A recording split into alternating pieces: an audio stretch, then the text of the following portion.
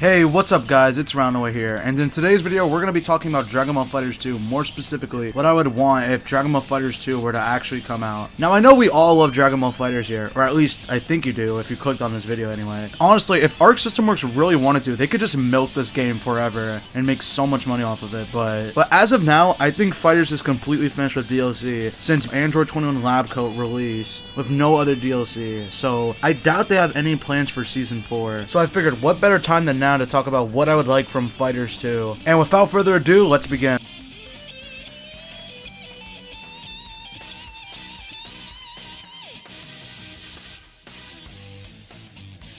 The first thing that needs to be addressed when talking about FighterZ 2 is the netcode. Because, oh boy, if you've heard anything about FighterZ, it's the netcode. And obviously with a sequel, we're most likely getting rollback, considering ArcSys, their more recent games have had rollback, like Guilty Gear Strive and DNF Duel. And even other games too, like MK, who's had rollback for years now. And the newest King of Fighters, KOF 15, has rollback. It's a great thing, because now fighting game devs are treating this as standard now to have rollback in their games. We see this especially nowadays, because games need to have rollback in order to be good, because they can be made or break by just how bad the online actually is. For a recent example of this, look at Persona 4 Golden, which was recently re-released on modern consoles. A great game, but without rollback, the game's player base is already dead. Even though rollback is coming out at a later time, it not being there on the initial release is really gonna kill the game. And FighterZ, or I guess I should say FighterZ 2 in this case, doesn't deserve to be dead on arrival. I mean, well, obviously not dead, but you know what I mean. More skins, costumes, colors, etc. I feel like this is a big thing FighterZ missed out on, especially because most fighting games nowadays have way more than enough customization and skin options for you to have, which is even more surprising as to why FighterZ doesn't have that at all, especially because with a series as big as Dragon Ball, there's so many outfits and different variations of things that characters have worn over the series. I know many people, including myself, would gladly spend money on. Like, we could get Fishing Goku, we could get Vegeta in the Badman shirt, we could get Piccolo in the Post Boy outfit, we could see Adult Gohan in the blue and purple gi, we could see Teen Gohan in the Piccolo outfit, 17 can have his classic outfit back, the list goes on and on and on. You can make it even more interesting by having certain characters wearing different outfits, say different voice lines. Like, for example, with the previously mentioned Android 17 in his original outfit, maybe you could have his personality fit more back when he was like evil, and make him say special lines when he fights against Piccolo, just as an example. And I mean, modders are already doing this, making skins for characters already, and some of them are really great looking, and some are not that great, but most of the time when they make custom skins, it's skins that are already going over previous textures, not actual new costumes with physics. And with everything being hand animated, I could see why it's an issue to add costumes, but I think ArcSys is more than capable of doing it. New and better stages. Okay, this is kind of a no-brainer, but obviously with most new fighting games, we get new stages.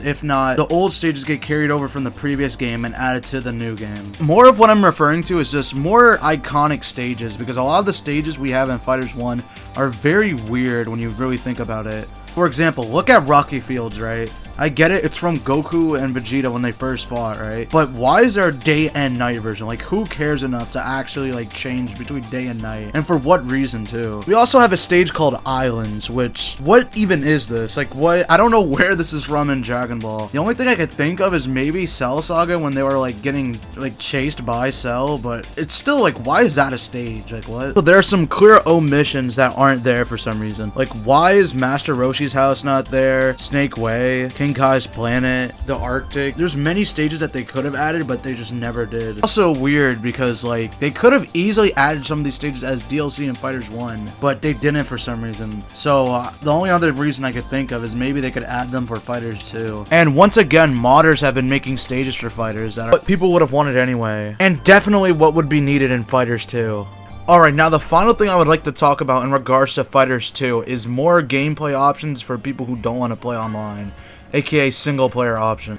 I don't think I'm wrong when I say that FighterZ is very lacking in single player options. Aside from just fighting, the only things we really have is story mode, the combo trials, and training mode itself. Oh, also I forgot to mention, we have like a dinky little arcade mode that's not even that fun. Training mode and combo trials don't really matter because, like, that's what every fighting game has, and they're good things to have. And that's not really the issue. It's more like just the story mode itself is not that good. It's very repetitive after a while, and the original story is just not that good.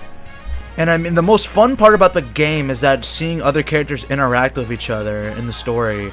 But when you could go online and get the same amount of enjoyment from it, watching it on a YouTube video, then I think there's a problem. Especially when your reward for beating the story mode is Android 21, which you could just buy anyway, which is honestly more worth it because the story mode's like actually really long, and like I said, it's very repetitive, and unless you like care about it for some reason, I don't think you should play it. It's not worth your time, honestly. But I mean, to be fair, the poor offline is not really the game's fault, because it's more of just a problem with modern fighting games, which is kind of a weird issue, considering that most people who actually buy fighting games are just casual players that won't play that much. At least when it comes to the online aspect, and it's not going to be grinding 28 matches a day. I think it's just a better idea as like a developer just to make there more options for people like that. For example, they could really take a page from Budokai Tenkaichi 3, for instance. Now there's a mode called History of Z, which goes all the way up from the Saiyan Saga all the way to the Buu Saga. And I know what people are going to say. They're going to be like, oh, I get it. We've played through this story so many times now. Like, it's not new. But take me, for instance. Like, let's just say someone like me who, when I first started playing Fighters, I honestly didn't really care that much about Dragon Ball as a series, and I never watched it before. But the game is what made me want to watch it.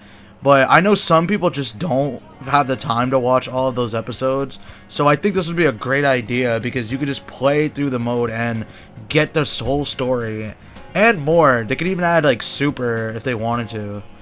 With Super starting from Battle of Gods all the way to the Tournament of Power arc. How this mode would work was you would start as, let's say, base Goku, and let's say if Raditz was like a new character in this game, you'd fight Raditz and you swap out to Piccolo. And you just keep going like that and fighting enemies that were like in the series and like relive certain battles. And ArcSys, we already know how good they are at recreating moments from the show with dramatic finishes, so it seems pretty easy, and like they could actually do this very simply. They can even go the extra mile and do movies too. Like, the possibilities are literally endless with this idea. And maybe as a little bonus, they could also use some inspiration from Injustice 2, where you could customize your character, give them new moves, or just make your character as broken as possible. Obviously, like Injustice, you can't use these online, you can only use these offline, but it would just give you more incentive to actually want to play and make the best character you can. Or one last idea I have is they could do a similar thing to a tower system in Mortal Kombat.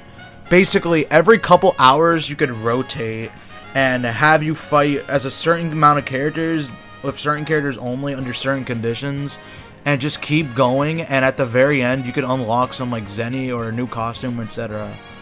Just for example, some of these things that I'm talking about could be like, no super dash, no meter, you can only have a certain amount of health, and etc. Alright guys, that's gonna be it for today's video. Now, do I think FighterZ 2 will happen? Most likely. They will either do one of two things, either release FighterZ 2 or release a new anime IP fighting game. I mean, FighterZ did so well and was so successful, I doubt they would just give up on this type of idea, much less not make a sequel to this game. But hey, you never know what could happen, and also, yeah, ArcSys, they've got their hands full right now. They have 2 games they're working on, Guilty Gear Strive and DNF Duel, which is yet to release yet, actually, at the time of recording this. So yeah, let me know in the comments below if you guys would like FighterZ 2, if you agree with my ideas, or maybe you think my ideas are shit, and you just let me know in the comments if you do, honestly. Any feedback is good feedback. Alright, see you guys next time.